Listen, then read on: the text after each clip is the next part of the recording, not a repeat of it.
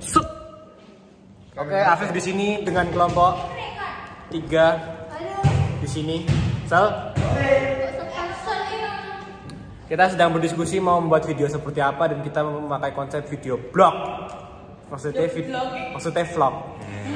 Menjelaskan tentang apa saja yang kita lakukan dari LK1 sampai LK8 tentang segalanya tentang demokrasi.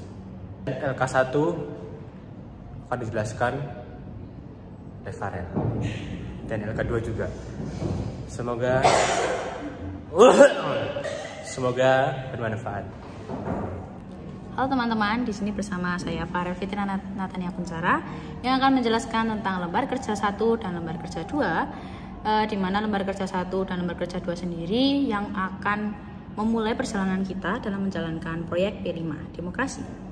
Di dalam lembar kerja pertama, kita akan dituntun untuk menggali lebih dalam pengetahuan tentang demokrasi, di mana demokrasi sendiri adalah bentuk sistem pemerintahan yang kekuasaan politik tertinggi dipegang oleh rakyat. Dan salah satu contoh penerapannya adalah misal kalau di sekolah, yaitu pemilihan ketua OSIS atau pemilihan kepala desa misalnya. Nah, bentuk-bentuk penerapan ini kemudian akan dituangkan dalam lembar kerja 2, di mana kita akan dituntun untuk melihat proses pemilihan kepala desa yang ada di Indonesia dari YouTube yang sudah disediakan oleh sekolah.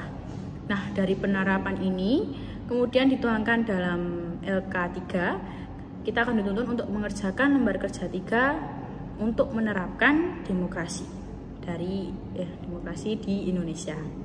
Jadi di LK3 kita diperintahkan untuk membuat drama yang bertema tentang pemilihan kepala dan wakil kepala desa yang dilakukan secara jujur, yang juga secara luber jurdil, sama ada beberapa contoh tentang kecurangan dalam pemilihan umum tersebut. Lebih lanjutnya akan dijelaskan di LK4. Di LK3 kan disuruh untuk bermain peran. Nah, di LK4 ini ada pembagian tema-temanya. Itu ada 5 tema. Yang pertama itu ada berlangsung damai dan calon saling mengunggulkan lawan. Nah, kalau yang kedua itu terjadi kecurangan dan terjadi kecurangan salah satu calon dan orasinya itu damai. Nah, kalau yang ketiga terjadi kecurangan tapi orasinya itu kacau.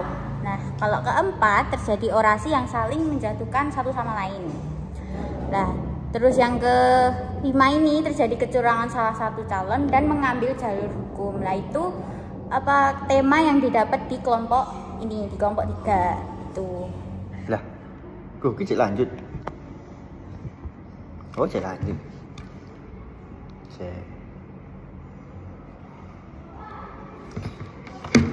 Ya, dengan saya di sini Excel absen 24 dari kelompok 3 akan menjelaskan LK5, yaitu tahapan pemilihan ketua dan wakil ketua di subsi.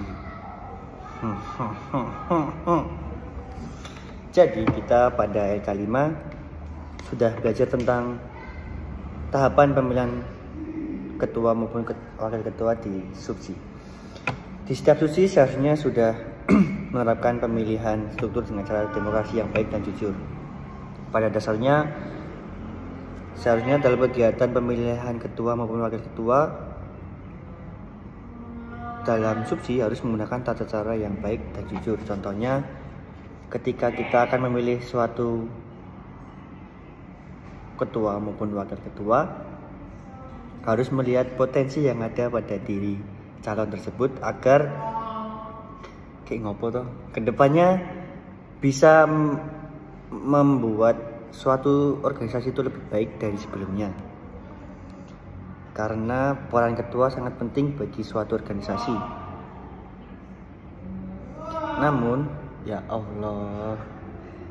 Namun pemilihan yang baik maupun demokrasi itu tidak hanya dilakukan untuk pemilihan ketua saja, bisa untuk memilih sekretaris, bendahara maupun anggota organisasi itu.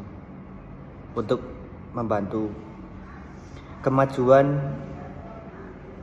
organisasi itu dan program kerja yang ada pada organisasi itu. Jadi intinya, pilihlah ketua maupun wakil ketua yang kompeten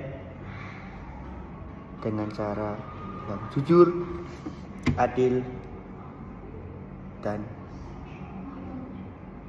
langsung. Ya, itu sekian dari penjelasan saya tentang LK5, tahapan pemilihan struktur atau pembentukan struktur di dalam subsi. Saya Excel, undur diri. Assalamualaikum warahmatullahi wabarakatuh. Oke, sekarang sama saya guys. Oke, jadi pemilos itu tentunya nggak cuma dilaksanain di SMA 3 Surakarta aja, tapi kemungkinan di seluruh SMA bahkan SMP seluruh Indonesia juga pasti melaksanakan yang namanya pemilos. Bagaimanapun caranya, bagaimanapun kondisinya, pemilos yang dilaksanakan oleh SMA-SMA lain pasti juga sudah berlandaskan demokrasi yang baik dan penuh dengan kejujuran. Karena saya sendiri adalah anggota MPK, saya pernah melaksanakan studi banding dengan SMA Negeri 2 Yogyakarta dan SMA Negeri 3 Jepara. Dan mereka mempunyai sistem pemilos yang sangat berbeda dari SMA 3. Tapi justru bisa dibilang sistem mereka lebih bagus daripada apa yang kita miliki di sini. Dalam artian lebih tertata, lebih rapi, dan mungkin siswa-siswanya juga antusias dalam melaksanakan pemilos. Sistemnya berbeda, tapi asas yang dipakai adalah asas yang sama, yaitu dulu berjudil. Menurut kami, pemilos di sekolah lain terlaksana dengan baik juga sama dengan di sini dan memiliki asas yang baik juga sama dengan di sini. Jadi di sini bersama saya Amabel dan teman-teman rekan-rekan satu kelompok saya. Di sini saya akan menjelaskan bagian spesifik dari LK7 mengenai pelaksanaan orasi dan debat yang dilaksanakan pada tanggal Senin 18 September 2023. Orasi dan debat dimulai dengan pemilihan 3 pasangan calon yang layak untuk maju ke babak berikutnya, yaitu babak orasi dan debat ini begitu. Nah, untuk pelaksanaannya sendiri dimulai dengan orasi visi dan misi dari masing-masing pasangan calon yang didengarkan oleh seluruh warga Semaga. Dan pelaksanaannya ada di Aula Terbuka Kerkov. Kemudian lanjut ke sesi yang ditunggu-tunggu, yaitu sesi debat antar pasangan calon. Untuk prosedurnya sendiri dimulai dengan pembacaan mosi dari panitia yaitu MPK. Kemudian masing-masing pasangan calon akan menanggapi dan kemudian akan ada satu pasangan calon yang menyimpulkan jawaban dari masing-masing pasangan calon sebelumnya, seperti itu.